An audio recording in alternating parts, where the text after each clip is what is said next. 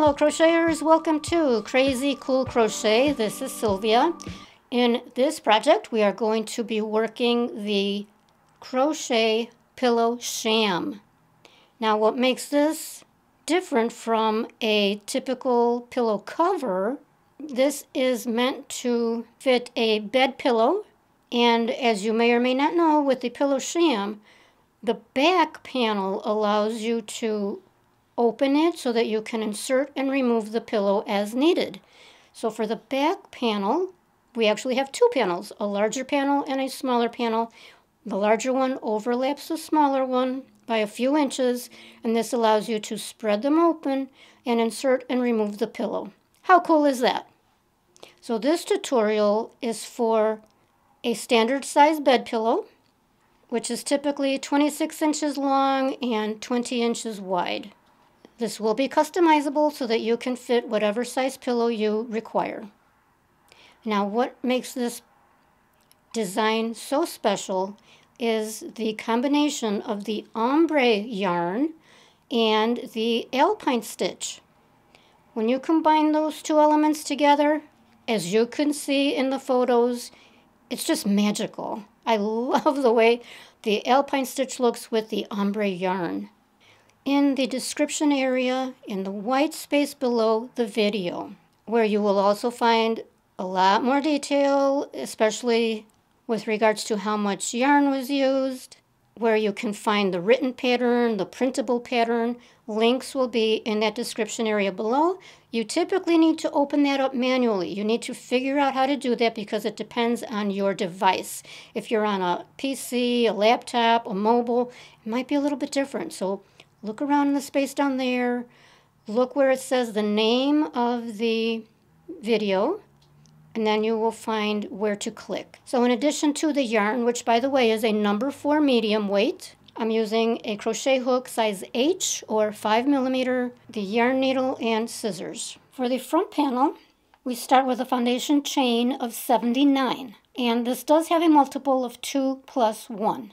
Then for the first row, you single crochet in the second chain from the hook, not counting the loop on the hook. Single crochet in each chain, and you'll end up with 78 single crochets. Then you chain 1 and turn at the end of the row. Then for row 2, you will skip the very first space under the chain and do a double crochet into the next space and a double crochet in each space across, or each stitch across. And you will end up with 78 double crochets, and you do count the beginning chain over here. At the end of the row, you chain 1 and turn, and then you do another row of single crochets. And this time you start in the very first space, single crochet all the way across for 78 single crochets. At the end of row 3, you chain 2 and turn. Now we are going to work a front post double crochet around the first double crochet below. So not around the turning chain, around the double crochet. So yarn over, you go behind that post and back around, grab your yarn, pull it up real tall, and then do your double crochet. Then you're going to do a double crochet in the next space,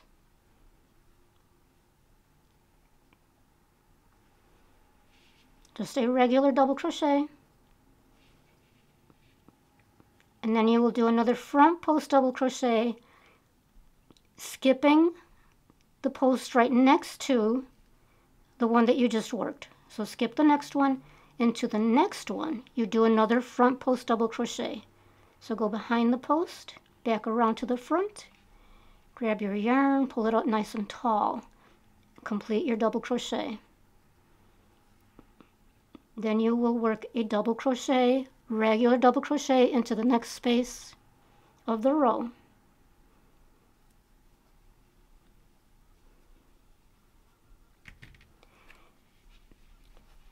Now, you will be skipping the space behind the post that you just created.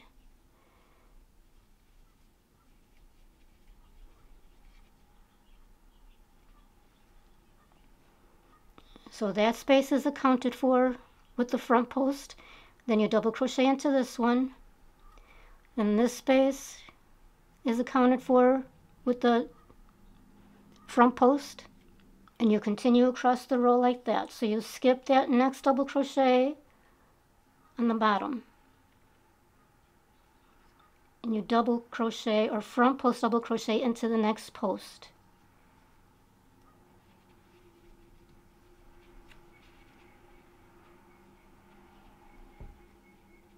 Double crochet into the next space, front post, skipping that next one,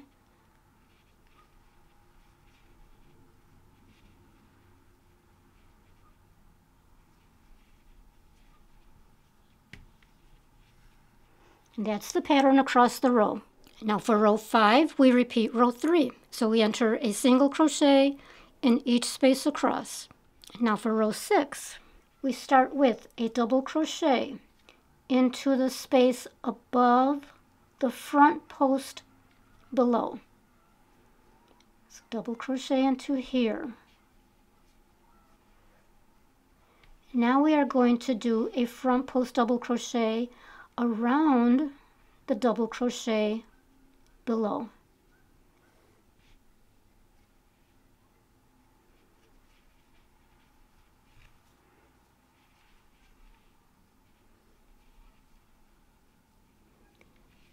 And then a double crochet above the front post below. So once again, you're skipping the space behind the stitch that you just worked. So do your double crochet here. And then a front post around the double crochet below.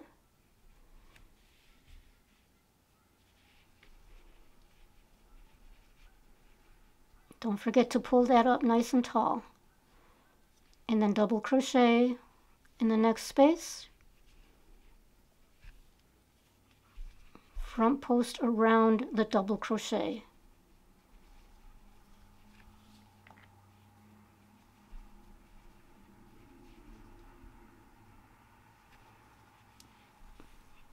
And you will continue that across the row.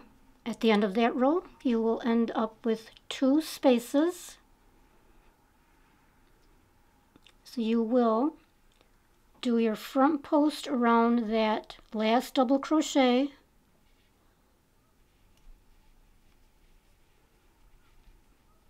and then a double crochet into that very last space, and chain 1. So that is the pattern. So now from here, at the end of that row, you chain 1 and turn. Then you will repeat row 3, which is the row of single crochets. Then for row 8, you repeat row 4. For row 9, you repeat row 3 again. In row 10, you repeat row 6, which is what we just did. And then you continue that pattern for the remainder of your panel. Now I have finished my front panel with the alpine stitches, and I ended up working 20 of the alpine stitch rows. So that's not counting all the single crochet rows in between, just counting the alpine stitches. And it's easier to count on the diagonal.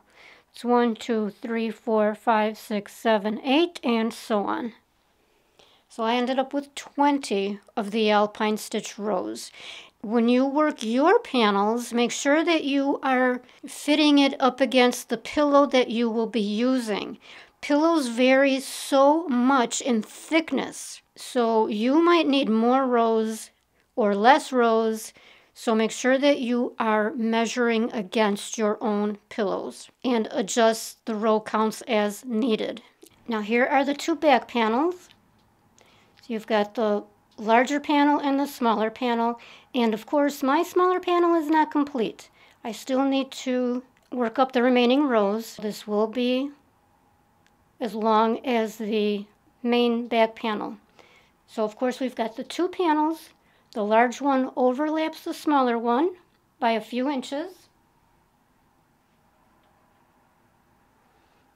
And that is so that we will be able to pull the 2 panels open and insert and remove the pillow as needed. So these panels were made of only single crochets. So for my pillow, again, it's a standard size. So for the 26 inches long, for the larger panel, I started with the foundation chain of 66 chains, single crochet in the second chain from the hook, not counting the loop on the hook. And then single crochet into each chain, we end up with 65 single crochets. Chain 1 turn, single crochet in each space, chain 1 turn, so that each row will have 65 single crochets. And I did this for 51 rows. This is completely customizable. So just make sure that you have as many rows as you need to cover the back of your pillow. No multiple needed. And importantly, the number of rows, your row count for the back, does not need to be the same as the row count for the front. The front uses entirely different stitches, so the row count will be different. The measurement, the width will be the same, but the row counts will probably be different. For my smaller panel, I used a foundation chain of 25, and then I worked for 24 single crochets. Now this, again, the smaller panel will be the same number of rows as the larger back panel. Now we are going to seam the 3 pieces. We've got right sides touching each other. Wrong sides are up and facing you. So now we are going to seam all the way around. And you will be seaming through the 3 layers. You'll just take your yarn needle, length of yarn, and use a simple whip stitch. So this is how the panels are situated. So remember, the longer panel of the back panel is overlapping that shorter panel of the back panel. Okay, so you will seam all the way over here until you get to that 3rd panel, and then you'll seam through the 3 panels. Just make sure that it's all evenly situated. Okay, so just take your needle, go through 2 strands on each panel.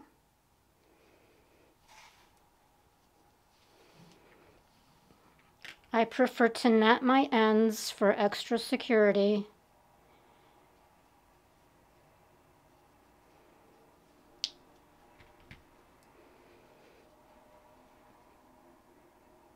And then go through your 2 strands on each panel.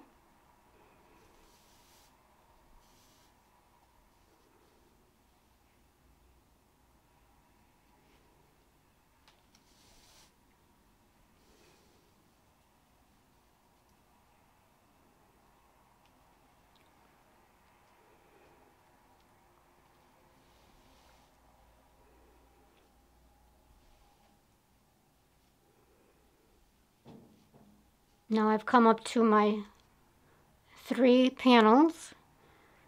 So you go through the 2 stitches on each panel and just continue the same way.